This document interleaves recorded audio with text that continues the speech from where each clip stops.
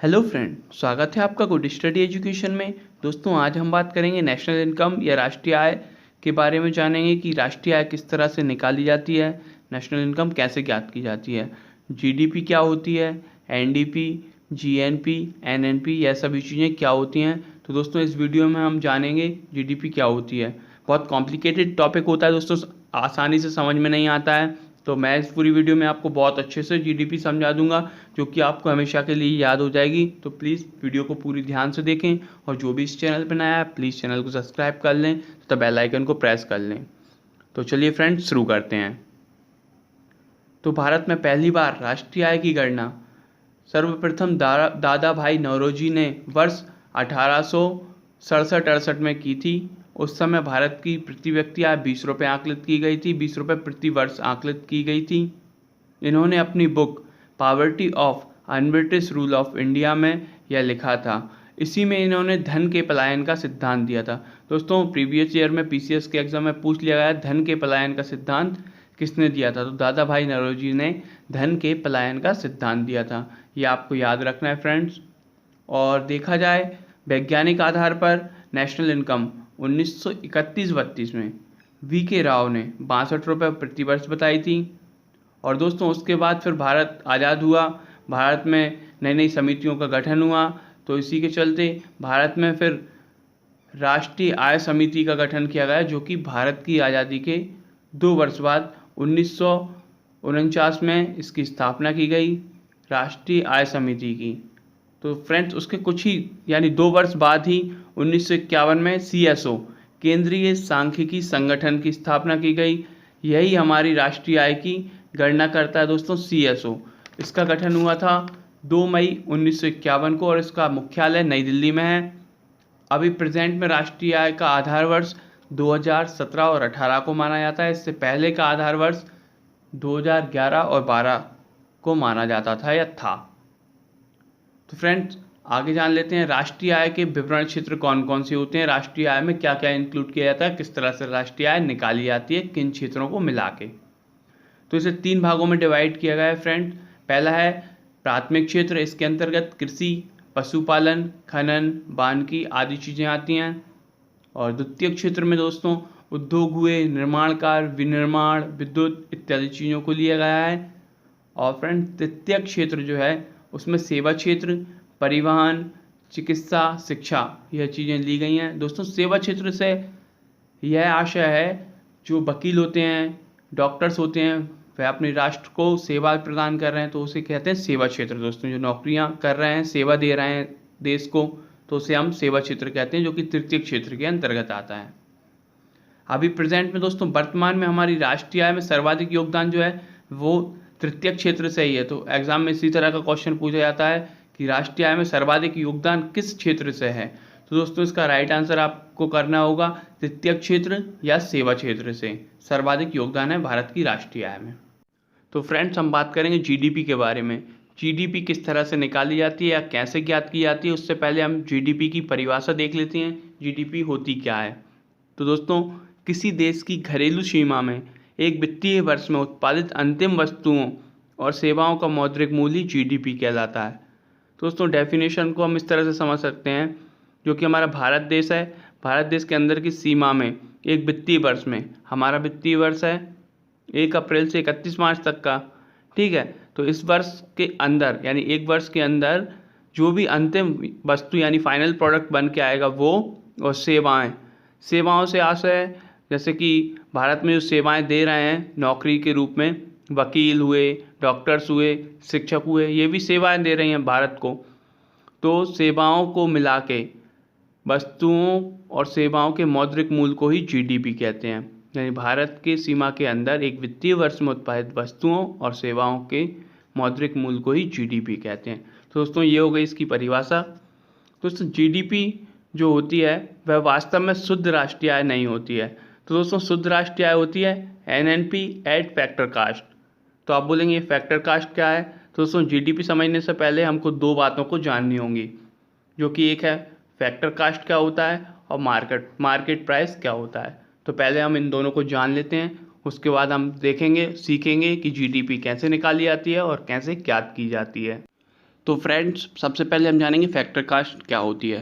दोस्तों जब कोई भी वस्तु बनाई जाती है, सपोज दैट ये कुर्सी है, जो भी कंपनी इस कुर्सी को बनाएगा तो उसके लिए उसको 4 चीज़ों की ज़रूरत होगी। पहली होगी लैंड यानी जगह, दूसरी होगी लेबर यानी श्रमिक की आवश्यकता होगी।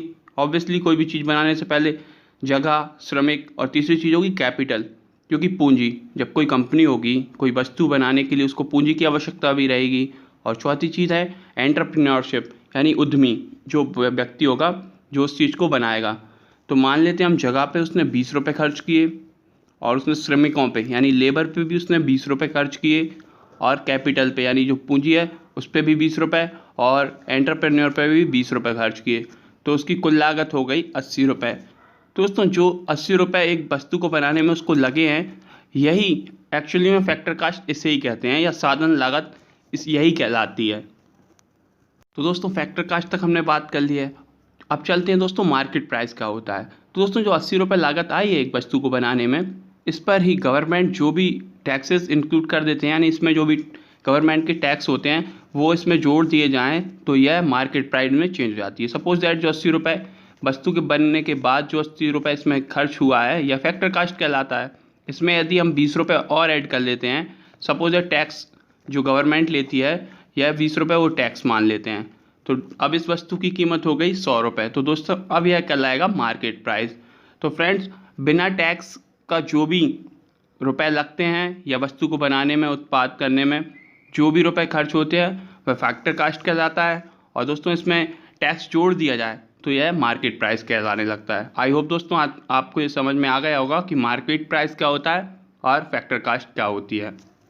तो दोस्तों अब हम जानेंगे कि राष्ट्रीय आय कैसे निकाली जाती है या कैसे ज्ञात की जाती है। जैसा कि मैंने आपको बताया था कि जो राष्ट्रीय आय होती है NNP एट फैक्टर कास्ट जो होती है वह शुद्ध राष्ट्रीय आय होती है। तो दोस्तों हमको GDP एट मार्केट प्राइस से NNP एट फैक्टर कास्ट तक पहुंचना है। तो दोस्तों हम बहुत ही सरल तरीके से इसको समझेंगे, सिर्फ 3 स्टेप चलेंगे, देन हम NNP एट फैक्टर कास्ट पे पहुंच जाएंगे।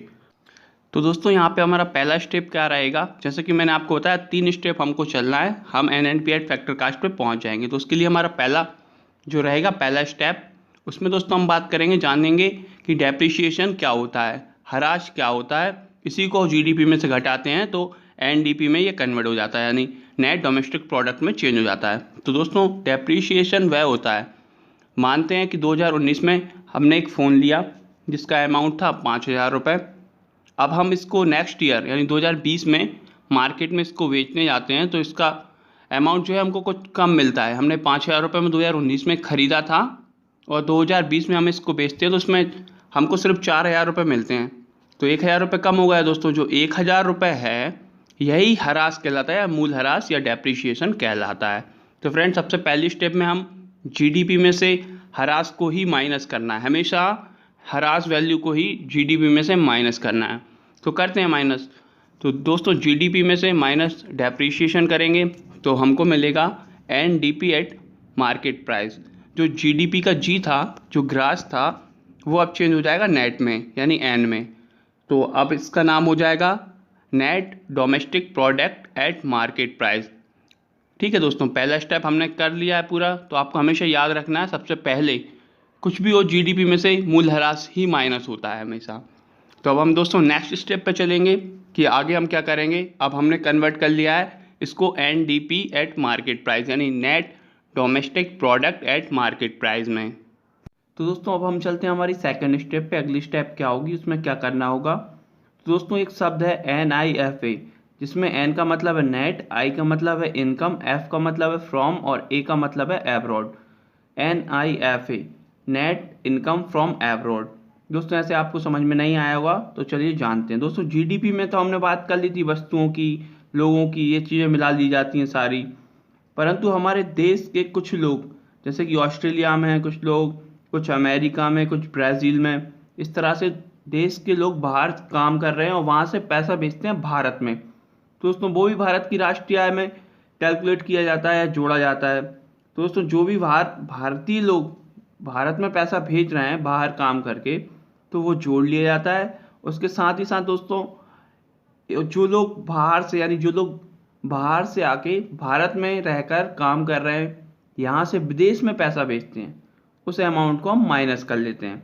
यानी जो लोग भारतीय हैं, जो पैसा उन्होंने भेजा वो जोड़ लिया जाता है जीडीपी में, और जो लोग यहाँ से दूसरे देश में अपने यानी उनके देश में जो विदेशी लोग हैं वो उनके देश में पैसा भेज रहे हैं, उस अमाउंट को माइनस कर लिया जाता है जीडीपी में से। तो दोस्तों उस अमाउंट को जब माइनस करते हैं जीडीपी में से, तो जो ग्रास डोमेस्टिक प्रोडक्ट यानी जो जीडीपी में डी है वो चेंज हो जाता है एन में यानी नेशनल में, तब यह पूरा हो जाता है ग्रास नेशनल प्रोडक्ट में।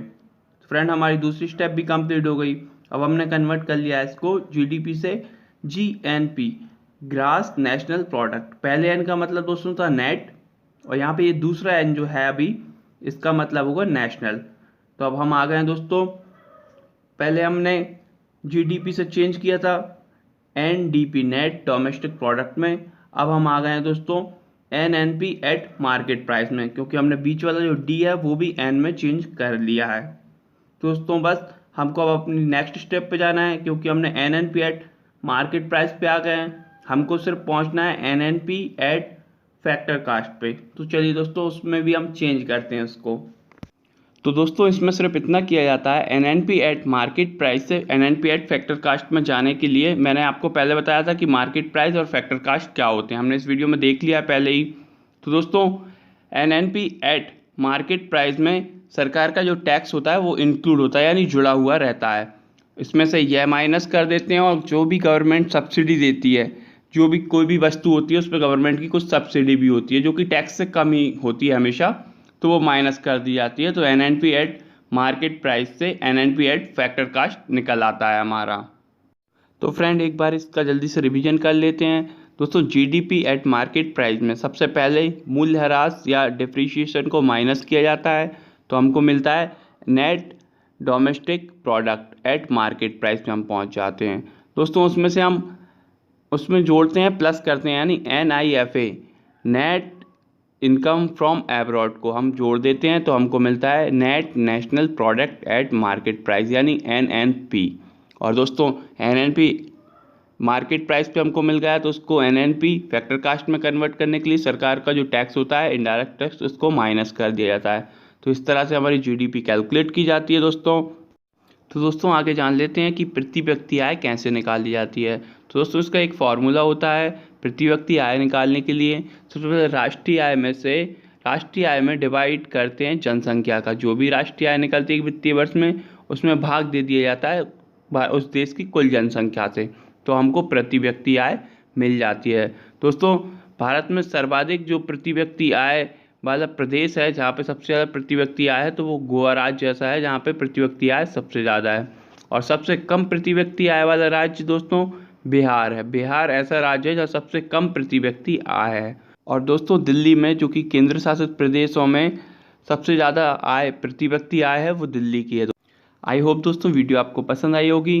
दोस्तों इस वीडियो को आप 102 बार देख लेंगे तो आपको जीडीपी और नेशनल इनकम बहुत अच्छी तरीके से याद हो जाएगी। और दोस्तों इस टॉपिक से पूछे गए जो भी प्रीवियस ईयर के क्वेश्चन है मैं उस पर वीडियो बना दूंगा, इसी वीडियो की डिस्क्रिप्शन में आपको लिंक मिल जाएगी, आप वहां से जाके वो MCQs टाइप या ऑब्जेक्टिव टाइप क्वेश्चन देख सकते हैं जो कि अभी से पिछले 7 वर्षों में हर एग्जाम में पूछे गए हैं।